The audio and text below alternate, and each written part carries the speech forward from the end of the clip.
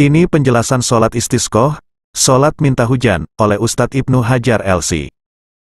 Ya, ini pertama, sholat istisqoh ini ya jelas anjuran Nabi SAW. Sebagaimana di dalam hadis Ibnu Abbas, Rasulullah SAW kata Ibnu Abbas, Rasulullah SAW kharaja lil istisqa. Nabi SAW keluar ke lapangan bersama kaum muslimin untuk istisqa, mutadallilan, mutawadian, mutakhassian, dengan khusyuk, dengan merendahkan diri. Ya, berharap, maksudkan istisqa adalah memang doa untuk minta hujan.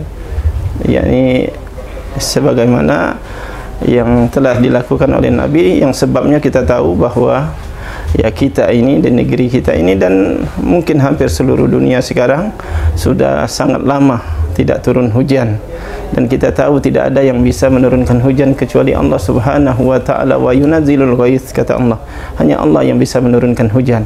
Oleh karena itu dia pemiliknya, Allah yang mengaturnya, Allah yang membagikan kepada hambanya. Kita memohon, berdoa kepada Allah dengan segala kerendahan hati kita, dengan memuji Allah Subhanahu wa taala, mengakui kelemahan dan ya dosa-dosa kita. Mudah-mudahan dengan itu Allah menurunkan rahmat-Nya.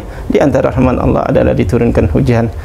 Kita tahu kelemahan kita dengan tiada hujan, maka banyak sekali hal-hal yang bisa terjadi pada kita, dari kemudaratan pertanian yang terhambat panen, hewan banyak mati, sumur-sumur yang kering, sungai-sungai yang kering, ya pertanian yang rusak dan lain sebagainya. Oleh karena itu kita mohon kepada Allah Subhanahu wa taala, dan di antara hikmahnya dengan adanya seperti ini, Allah ingin menunjukkan kepada kita tentang hakikat kita, tentang hakikat keberadaan kita sebagai manusia yang lemah. Khuliqal insan dhaifah, manusia itu lemah, agar kita jangan menyombongkan diri, jangan angkuh, dan cepat banyak bertobat kepada Allah Subhanahu wa taala, mentaati Allah Subhanahu wa taala, mentaati ajar Rasulnya. Dengan itu Allah menurunkan berkahnya dari langit dan bumi. Law anna ahlul qura amanu wattaqaw la fatahna alaihim barakatan minas samai wal ard. Seandainya penduduk bumi ini mukmin, ya mereka ini beriman dengan mengikhlaskan ibadah kepada Allah, bertakwa kepada Allah, niscaya Allah akan menurunkan barokatnya, berkahnya dari langit dan bumi, dicukupkan kehidupan kita, dilengkapkan fasilitas hidup kita tanpa kesusahan kita. Akan tapi mereka menentang, mereka itu durhaka, mereka maksiat. Itulah sebabnya bencana-bencana yang ada di bumi ini, di antaranya sebabnya perbuatan manusia. Walakin kadzabu, kata Allah, tapi mereka mendustakan rahman Allah ini, mendustakan kekuasaan dan kebesaran Allah. Akhirnya mereka ditimpakan sebagian azab. Kata Allah Subhanahu wa taala, zaharul fasad fil barri wal bahri, sudah tampak kerusakan di muka bumi ini, di laut dan di darat, disebabkan perbuatan manusia.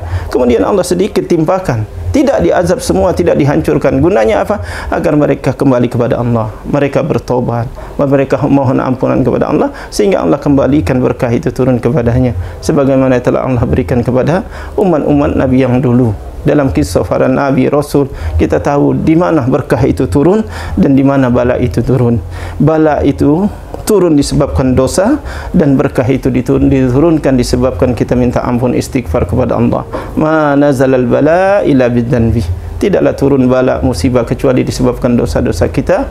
Wa ma rufiyat illa bi istighfar, tidaklah diangkat oleh Allah kecuali dengan banyak kita beristighfar kepada Allah Subhanahu wa taala, dan salah satunya dengan istisqa ini. Dan alhamdulillah ini juga sudah ada turunan, sudah dari pemerintah menganjurkan kita untuk ya istisqa ya di berbagai negeri, dan sebagian kaum muslimin telah melakukannya di lapangannya ada di tempat-tempat mereka, dan dengannya kita berharap Allah menurunkan rahmatnya kepada kita. Ini insyaallah berkaitan dengan istisqa ini, tidak lebih ya tidak kurang, kira-kira seperti itu ya. Kalau kurangnya banyak, kalau lebih jauh gitu ya, insyaallah itu ya.